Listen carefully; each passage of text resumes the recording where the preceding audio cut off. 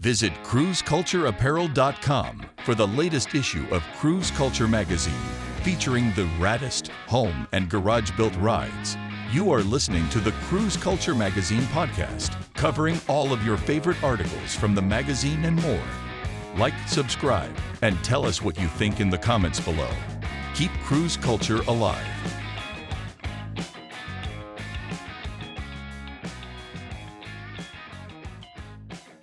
What is up, cruisers?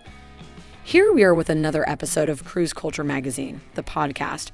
I'm your host, Cruisin' Caddy. This is probably my favorite episode yet. I'm a huge fan of Oldsmobile, and I know that Brian is too. We are going to discuss the history and origin of Oldsmobile. Let us know if you want us to do more content like this, or if there is something else you would like to hear. If you don't know, Brian has a 1964 Oldsmobile Super 88 on air ride. Go check out our Instagram or YouTube to catch a glimpse of it. I know that Brian is working on putting out a video feature on it this summer, so make sure you subscribe to see that. If you hadn't picked up your copy of Cruise Culture Magazine, issue 5 yet, get on over to cruisecultureapparel.com to order yours. Ordering magazines is a great way to support the podcast, channel, and any future content. Speaking of ways to support us, we are always looking for support through sponsorships and advertisers. If you are interested in advertising with us in any way or through any of our outlets, please visit our website or message us on any of our platforms. Brian has recently also sold all the sponsor spots for the new canopy tent. This is exciting. We have been in need of a new eye-catching canopy for the booths since the start, and we are very excited to get this one ordered and show off all of these cool companies. Quick shout out to Poppy's Patina, LS Fab, Searching for Classics, Los Presidentes, Arizona, Trefco Safety Services, 80s Performance, Refreshed Hot Rods and Restorations, Tom Reed with Red Deer Canadian Dent, Auto Appraisals by Trefco, Jim SS Fab, and MNK Photography Edmonton. Also, show season is about to get started in Central Alberta, where Cruise Culture Magazine is based, and I just wanted to let you know that Red Deer Cruise Night's official opening night is May 4th, located in the northeast parking lot of Parkland Mall in Red Deer. Brian is usually there with his booth, weather permitting, and he looks forward to seeing you all out in your awesome rides. Stop by, pick up a magazine, and show your support. All right, now, let's get into it.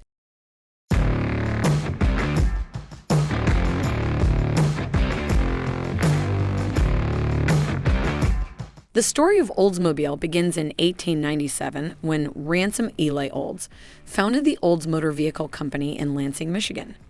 Olds was a pioneer in the automobile industry and was known for his innovative engine designs. In 1901, the company introduced the first mass-produced automobile, the Oldsmobile Model R, or the curved dash Oldsmobile, which was an instant success, producing over 19,000 units, most of which were built in 1903. The Model R was actually mistakenly the first car produced by Olds Automobiles after a fire in the factory wiped out all of their prototypes, except for the one which was saved by 2 employees who pushed it outside while escaping. The curved dash was powered by a 1-cylinder engine that produced 5 horsepower, and it was the first car to use a modern assembly line, which allowed for more efficient and cost-effective production. The car could seat 2 across the bench and sold for $650 at the time, which would be around $20,000 today. Top speed, 20 miles per hour. Mr. Olds built a modified Model R that was stripped down to basically an engine and seat. The car was nicknamed the Oldsmobile Pirate Beach Racer and reached a record speed of almost 55 miles per hour. The curved dash was so popular that the company had trouble keeping up with demand, and by 1904, the Olds Motor Vehicle Company was the largest automobile manufacturer in the world. However, the success of Oldsmobile was not without scandal. In 1904, Ransom Olds was ousted from his own company by a group of investors who were looking to take control. Olds went on to found another company, the REO Motor Car Company, which also produced cars successfully. In 1908, General Motors bought Oldsmobile and began sharing platforms between Buick and Olds. Despite the setback, Oldsmobile continued to thrive under new management, and in 1949, the company introduced the Oldsmobile 88, which became a symbol of American automotive innovation. The 88 was the first car to feature a high-compression V engine, which gave it more power and speed than any other car on the market at the time. The 88 became a favorite among car enthusiasts and racers, and the engine was the Rocket V8. The Rocket engine was known for its power and speed, and it quickly became a favorite among car enthusiasts and racers. The Rocket V8 engine produced a whopping 135 horsepower at its conception and launched Oldsmobile from the tame conservative car it was at the time to the one to beat on the NASCAR circuit, all the way up until the Hudson Hornet, with its low slung chassis, took the lead. In addition to the Rocket engine, Oldsmobile also introduced other innovative engine technologies like the hydromatic automatic transmission, which was introduced in 1940 and became the industry standard for many years. It was the first auto manufacturer to offer a fully automatic transmission and included 4 speeds and no need for a clutch pedal. The car manufacturer grew in popularity throughout the 60s, producing some of the most iconic muscle cars of the time. In the 1980s, the demand overran the supply of Oldsmobile rocket engines, and General Motors made the decision to use Chevrolet 350s instead.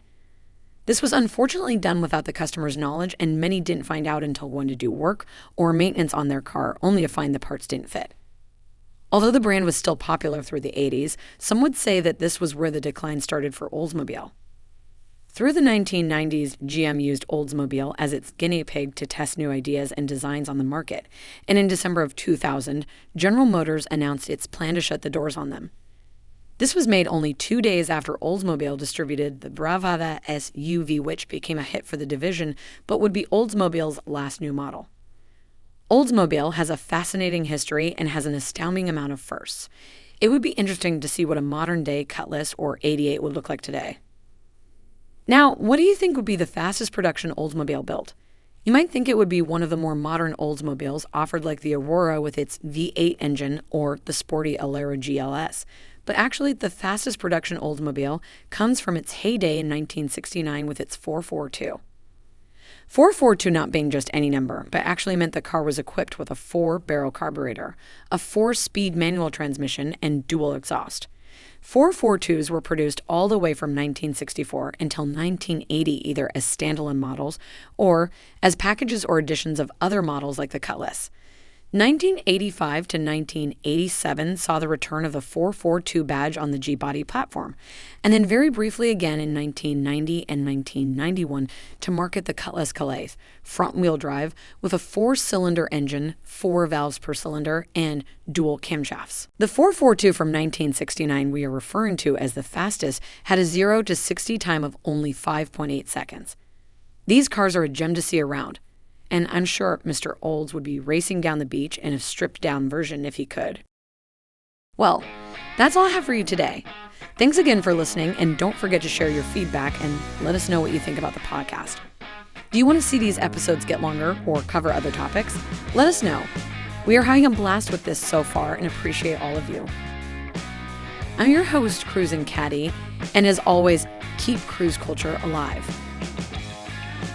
Thank you for listening to Cruise Culture Magazine podcast, with new episodes every Mondays and Thursdays at noon. Be sure to subscribe so you don't miss one, and tell us in the comments what you want to hear in a future episode. Keep cruise culture alive.